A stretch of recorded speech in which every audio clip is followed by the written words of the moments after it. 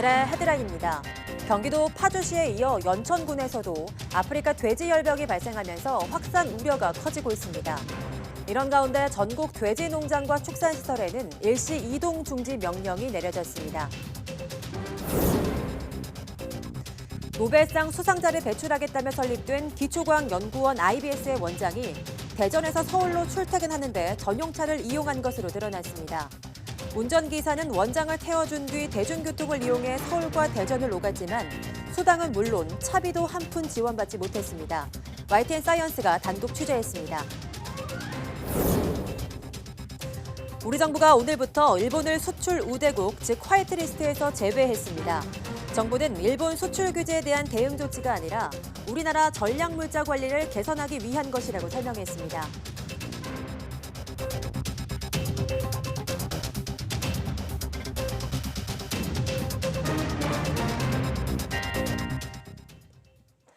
여러분 안녕하십니까? 9월 18일 사이언스 투데이입니다. 경기도 파주시에 이어 연천군에서도 아프리카 돼지열병이 발생하면서 확산 우려가 커지고 있습니다. 농림축산식품부는 연천군 의심돼지의 시료를 채취해 정밀 검사한 결과 아프리카 돼지열병으로 확진했다고 밝혔습니다. 의심 신고된 연천군 백항면의 양돈 농장은 돼지 2천여 마리를 사육 중이며 어미돼지 한 마리가 폐사하자 어제 오후 2시쯤 경기도 축산방역당국에 신고했습니다. 이로써 파주시에서 국내 최초로 아프리카 돼지열병이 확진돼 후 연이틀 2건이 발생했습니다.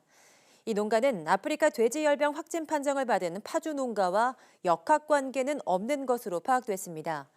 농식품부는 어제 의심 신고를 접수한 뒤 해당 농가의 초동방역팀을 투입해 사람, 가축 및 차량 이동 통제, 소독 등 긴급방역 조치를 취했습니다.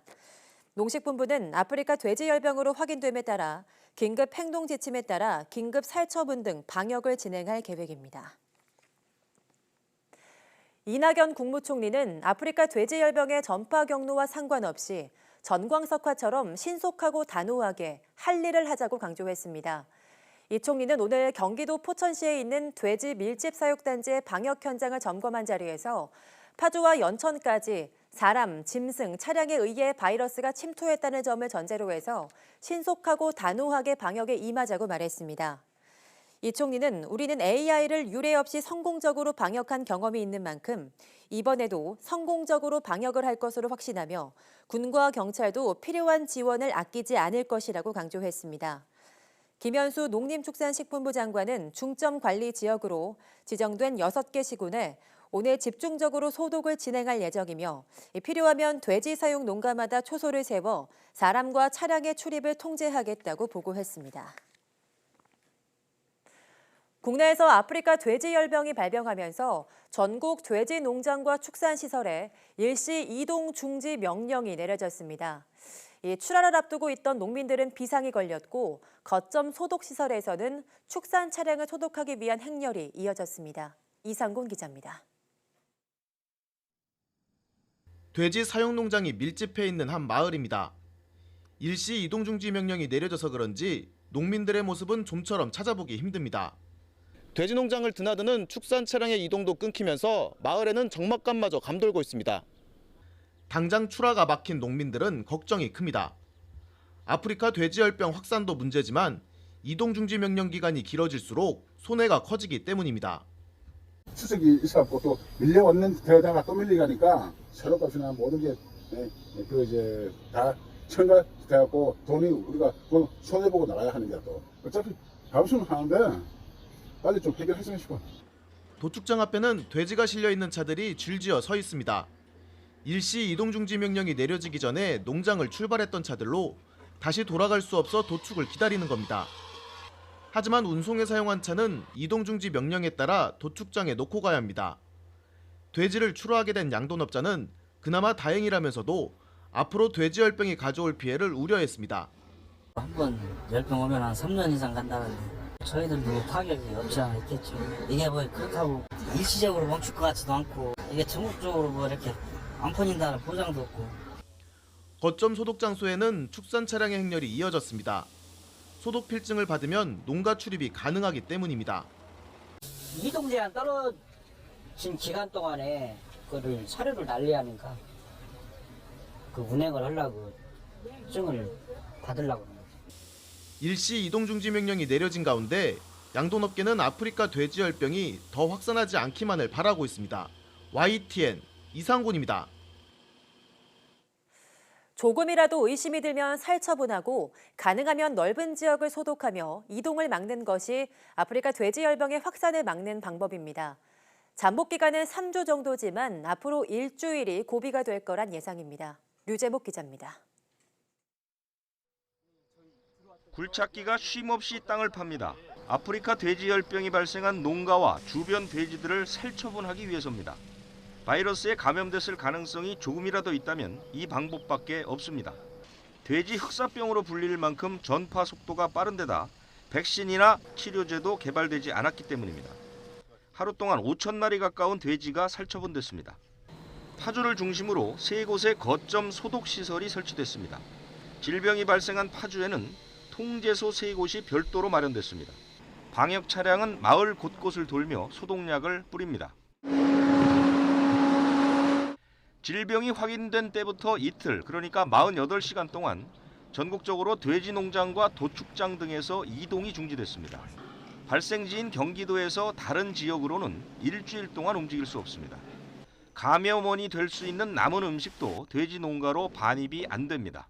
모임이나 회의 모든 것을 금지를 하고 농장에 근무하는 직원들 외출도 자제를 시키고 정부는 아프리카 돼지열병 위기경보 단계를 심각으로 올렸습니다. 잠복 기간은 나흘에서 19일 정도로 보는데 일주일쯤 발병이 가장 많아서 고비로 꼽힙니다. 그동안 확산을 막기 위한 피말리는 작업이 계속될 것으로 보입니다. YTN 유재복입니다. 아프리카 돼지열병은 걸리면 대부분 폐사할 만큼 치명적이지만 아직 이를 예방하거나 치료할 방법이 없는 상황입니다. 치료제나 백신이 나오지 못했던 이유는 무엇일까요? 이혜리 기자가 보도합니다. 아프리카 돼지열병 바이러스는 다른 바이러스에 비해 크기가 큽니다. 이렇게 크기가 큰 바이러스 안에는 여러 가지 유전자형이 들어 있습니다. 이 때문에 바이러스가 만들어낼 수 있는 단백질의 종류도 많아지게 됩니다. 바이러스에게 일종의 무기와도 같은 단백질을 많이 만들어낼 수 있다는 건 그만큼 이 바이러스를 정복하기가 쉽지 않다는 뜻입니다. 아프리카 돼지열병은 바이러스가 그렇게 변이가 심하지는 않은데 이 DNA 바이러스 크기 때문에 다양한 항원을 만들어내서 다양한 조합으로 병원성 인자를 만들기 때문에 방어가 어려운 겁니다. 구제역 바이러스는 만들 수 있는 단백질 종류가 10가지를 넘지 않지만 아프리카 돼지열병의 경우 200여 가지의 단백질을 만들 수 있습니다. 유럽과 중국 등으로 확산하는 최근의 양상과 달리 아프리카 돼지열병의 주요 발병 지역이 과거 아프리카 대륙에 머물렀던 점도 백신 개발을 더디게 만든 이유로 꼽힙니다. 현재는 유럽 국가를 중심으로 미국과 중국 등에서도 백신 개발을 서두르고 있지만 상용화까지는 시간이 걸릴 것으로 보입니다. 또 아프리카 돼지열병 바이러스가 방어벽인 면역세포를 파괴하는 특징이 있는 만큼 백신이 개발된다 하더라도 다른 백신만큼 효과를 내지 못할 것이라는 우려도 조심스럽게 나오고 있습니다. YTN 사이언스 이혜리입니다. 기초과학연구원 즉 IBS는 노벨상 수상자를 배출하겠다며 설립된 정부 연구기관인데요. 기초과학연구원 원장이 주말 대전연구원과 서울 자택을 오가는데 전용차를 이용한 것으로 드러났습니다. 운전기사는 원장을 태워준 뒤 대중교통을 이용해 다시 서울과 대전을 오갔지만 경비를 한 푼도 지원받지 못했습니다. 이성규 기자의 단독 보도입니다. 금요일 밤 10시 서울 서초구의 한 아파트에 검은색 승용차 한 대가 들어옵니다.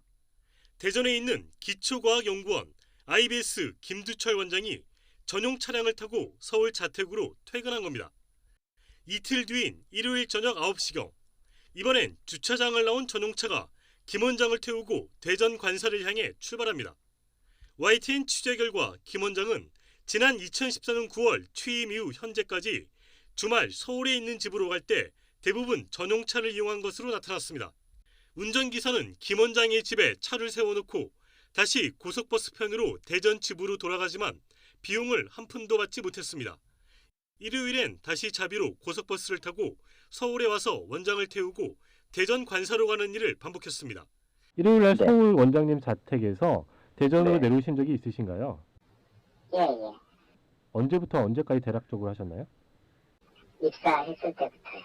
이게 일요일 같은 경우에는 휴일 근무라서 휴일 근무 수당을 지급받게 돼 있는데 휴일 근무 수당을 지급받았나요? 아니요, 뭐 그런 건 없었고 그냥 당연히 해야 되는 줄 알고 그냥 했는데요. 야간 근무나 휴일 근무 수당 등을 받지 못했는데 이는 명백한 근로기준법 위반입니다. 전용 차량을 휴일에 운행하게 하고도 법적인 휴일 수당을 지급하지 않았다는 것이 문제입니다.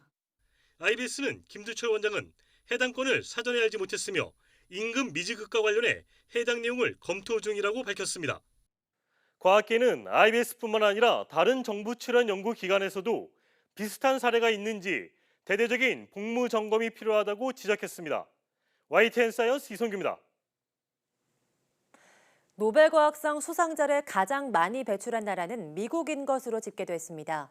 한국연구재단은 지난해까지 노벨 생리의학상, 물리학상, 화학상에서 미국이 267명의 수상자를 냈다며 이같이 밝혔습니다.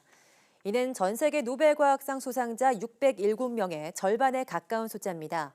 다음으로 88명의 수상자를 낸 영국이 뒤를 이었고 독일과 프랑스가 각각 70명, 34명의 수상자를 낸 것으로 집계됐습니다.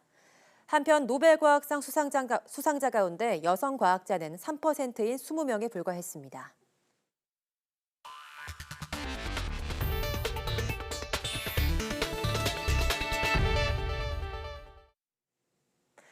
일본의 수출 규제에 맞서 우리 정부가 일본을 수출 우대국, 즉 화이트리스트에서 제외하는 조치가 현실화됐습니다.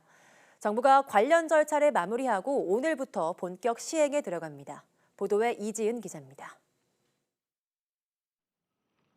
일본이 우리나라의 화이트리스트, 수출심사 우대국에서 제외됐습니다. 정부는 지난달 발표한 전략물자 수출입고시 개정안을 오늘 날짜 관보에 실었습니다. 국민참여입법센터, 이메일 등을 통해 의견을 접수한 결과 찬성이 91%로 대다수가 개정안을 지지하며 화이트리스트인 가 지역에 포함됐던 일본은 새로 만들어진 가해 2지역에 배치됐습니다. 가해 2지역은 나지역 국가와 같은 대우를 받게 됩니다. 이에 따라 포괄 허가가 가능했던 비민간 품목 전략물자 1138개는 모두 개별 허가로 전환됩니다. 포괄 허가 유효기간도 3년에서 2년으로 줄어들고 심사기간도 5일에서 15일로 늘어나게 되면서 수출 절차가 더욱 까다로워졌습니다. 정부는 이번 조치가 일본의 수출 규제 강화에 대한 상응 조치는 아니라는 입장입니다. 저희는 국제 공조가 가능한지 여부를 기본으로 판단했던 거고, 일본은 기본적으로 정치적 목적으로 해서 수출 통제들을 활용을 했다라는 그런 차원에서 시작을 했기 때문에 지난달 28일 일본에 이어 21일 만에 우리나라도 화이트리스트 제외 조치 시행에 들어가면서 지난 7월 4일 일본의 수출 규제로 촉발된 이번 사태가 새로운 전환점을 맞을지 주목됩니다. YTN 이진입니다. 한국이 화이트리스트에서 일본을 제외하는 조치를 시행한 것은 앞서 일본이 한국에 대해 실시한 무역 규제 강화에 대한 맞대응이라고 일본 언론은 분석했습니다.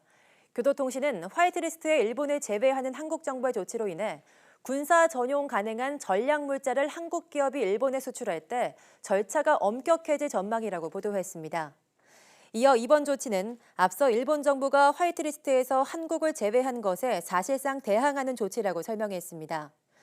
니혼게이자이 신문은 한국 기업이 통신 서버나 석유화학 제품 등 1,700여 가지 품목을 일본에 수출할 때 절차가 늘어나는 사례가 나올 것이라고 예상했습니다. 이어 이번 조치와 관련해 일본 기업들이 경계감을 가지고 있지만 당장 영향은 경미할 것이라는 견해가 많다고 덧붙였습니다. 과학기술정보통신부 산하 정부 출연 연구기관에서 최근 5년 동안 확보한 특허 가운데 기업 등에 이전돼 활용되는 특허는 38.9%인 것으로 집계됐습니다. 국회 과학기술정보방송통신위원회 윤상직 의원이 과기정통부로부터 제출받은 자료를 보면 최근 5년 동안 출원한 특허 3만 5천여 건 가운데 38.9%인 1만 3천여 건만이 기업 등에 이전돼 활용되고 있는 것으로 조사됐습니다. 또 특허 등록 뒤 5년 이상 활용되지 않은 미활용 특허는 올해 7월 기준으로 모두 4,100여 건에 달한 것으로 나타났습니다. 특히 출연료는 이 미활용 특허를 유지하기 위해 5년 동안 총 64억 원을 쓴 것으로 확인됐습니다. 윤상직 의원은 출연연이 기술 사업화 가능성을 고려하지 않고 특허를 남발하는 게 아니냐며 특허 유지 비용으로 국민 혈세와 인력이 낭비되지 않도록 해야 할 것이라고 지적했습니다. 미래 에너지원으로 떠오르는 액체 수소를 효율적이고 경제적으로 생산할 수 있는 기술 개발이 본격 추진됩니다. 우리나라는 OECD 국가 가운데 에너지 자금률 33번째로 최하위권인데 에너지 자립과 미래 수소 경제 사회를 앞당기는 천병 역할이 기대됩니다. 이정우 기자입니다. 액체 수소는 대기압에서 저장할 수 있고 기체 수소보다 800배 이상 저장 밀도가 높습니다. 이 때문에 액체 수소 기술은 수송 분야는 물론 에너지 분야까지 미래 신산업 창출을 위한 원천 기술로 주목받고 있습니다.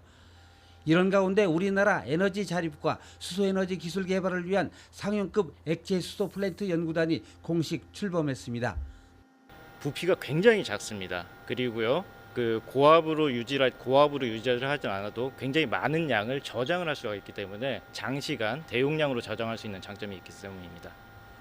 한국기계연구원을 주축으로 18개 기관이 참여한 연구단은 2023년까지 380여억 원을 투입해 액체 수소 기술 개발에 힘을 모으기로 했습니다. 극저온 냉동기 같은 극저온 플랜트 분야에서 축적한 역량을 토대로 수소 액화 기술을 국산화하는 게 1차 목표입니다. 연구단은 오는 2023년까지 하루 처리 용량 0.5톤의 실증 플랜트를 구축해 본격적인 액체 수소 생산에 나선다는 계획입니다. 극저온 팽창기, 극저온 열 교환기, 극저온 밸브 등 관련 핵심 장비 국산화도 추진합니다. 실증 플랜트가 구축이 된다면 현 정부에서 추진하고 있는 수소 선박, 수소 열차, 수소 도시 등 대용량 수소의 활용이 필요한 부분에 있어서의 핵심 기반 기술이 될 것입니다. 수소에너지 시장이 안전성과 경제성이 우수한 액체 수소 중심으로 대체될 것이라는 전망이 나오면서 이에 대한 투자도 강화되고 있습니다. YTN 이정우입니다. 일본 오사카 시장이 후쿠시마 원전의 오염수를 오사카 앞바다에 방출하는 데 협력하겠다는 의사를 밝혔습니다. 마스이 이치로 오사카 시장은 오사카 시청에서 기자들과 만난 자리에서 영원히 탱크에 오염수를 넣어두는 것은 무리라며 처리 후 자연계 수준의 기준보다 낮다면 과학적 근거를 제대로 보여준 뒤 해양에 방류해야 한다고 생각한다고 말했습니다. 이어 우선은 정부가 국민에 정중하게 설명하고 결단을 해야 하며 정부가 오염수를 오사카에 가져와서 오사카 앞바다에 흘려보내려 한다면 협력할 여지가 있다고 밝혔습니다. 그러면서 과학적으로 안 되는 것은 받아들일 수 없지만 전혀 환경 피해가 없는 것은 국가 전체에서 처리해야 할 문제라고 덧붙였습니다. 앞서 지난 10일에는 요시아키 당시 환경상이 정부 위원회 소속 전문가들도 안전성과 과학성으로 보면 괜찮다고 말한다면서 바다의 방류에 희석하는 것 말고 방법이 없다고 밝혀 파문을 일기도 했습니다. 일반 포플러 나무보다 생장 속도가 2배 빠른 포플러가 개발됐습니다. 국립산림과학원은 생장 속도가 빠르고 친환경 에너지원인 바이오매스의 원료 셀룰로스 함량이 2배 높은 포플러 슈퍼클론을 개발했다고 밝혔습니다. 연구팀은 유전자 변형 기술을 이용해 빠른 생장과 높은 활용 가치를 지닌 포플러를 맞춤형으로 개발했다고 설명했습니다. 생장 속도가 빠르면 목재 이용량이 크게 늘어 대기 중 이산화탄소 포집 능력과 미세먼지 저감 능력이 높아진다고 연구팀은 설명했습니다. 또 셀룰로스가 고함량으로 들어있는 만큼 바이오 에너지 원료를 대량 확보할 수 있을 것으로 기대했습니다.